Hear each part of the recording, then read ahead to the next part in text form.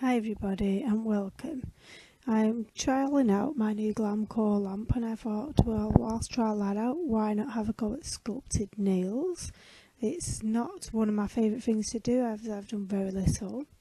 As you can see here, I'm just laying down a small bead of acrylic in clear just to give some stability.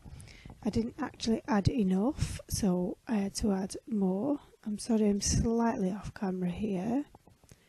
I've been watching a lot of Kirsty Meakin videos and she's inspired me to never give up on trying sculpting, so this is where I'm at now. I'm going to try my best to achieve a good sculpted nail. I'm just making sure the acrylic hasn't dripped down to the sides and I'm pressing it into place, making sure it's nice and thin. I'm taking an NSI acrylic in plum. I'm going to place this in the cuticle area and then pressing it into place, making sure it's nice and neat around the cuticle area, and then I'm going to drag it down because I want to do an ombre effect.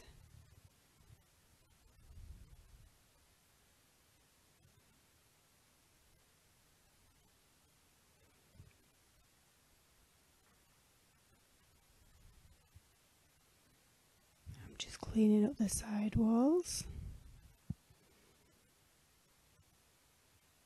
and dragging it down further, making sure it's nice and smooth.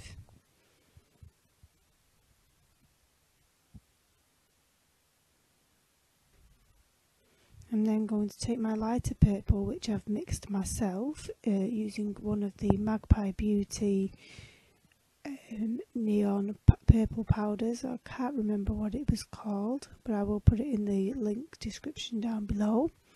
I'm placing that at the free edge and then dragging that down to give the ombre effect. As you can see, I've clearly not put enough coloured powder on and I will need to add more. I'm just straightening up my sides, making sure the powder hasn't dripped down. And here I go with another bead of acrylic. Again, I still don't think I added enough here. I am not used to doing this kind of thing. I normally just use one powder. So all this is all new to me really. So then I wanted to add the NSI Glistening Sea to the free edge and drag that down to help blend the ombre, as it was quite harsh, and plus I do think that the sparkle makes a nail look so pretty and I really do like the Glistening Sea. And although the powder is blue, it's transparent, so it takes on whatever colour is underneath.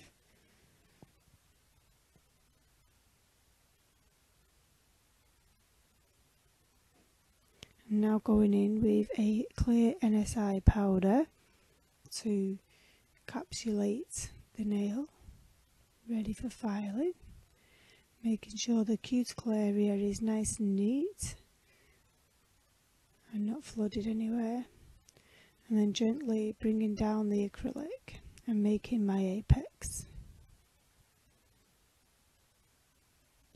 I do apologise guys for the fact I'm doing a purple nail on a purple form. I didn't really think this one through until I've come to edit the video. So note to self, not to use a purple form in future if you're using a purple coloured acrylic.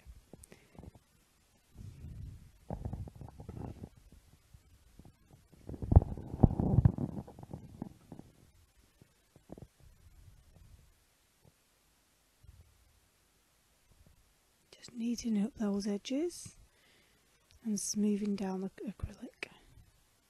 The more you smooth, the less filing you've going to have.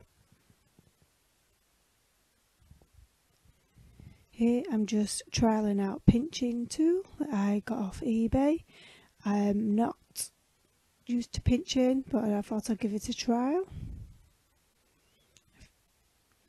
Now I'm releasing the foam from underneath, undo the back tabs and then pull down to help avoid hurting the hyponychium.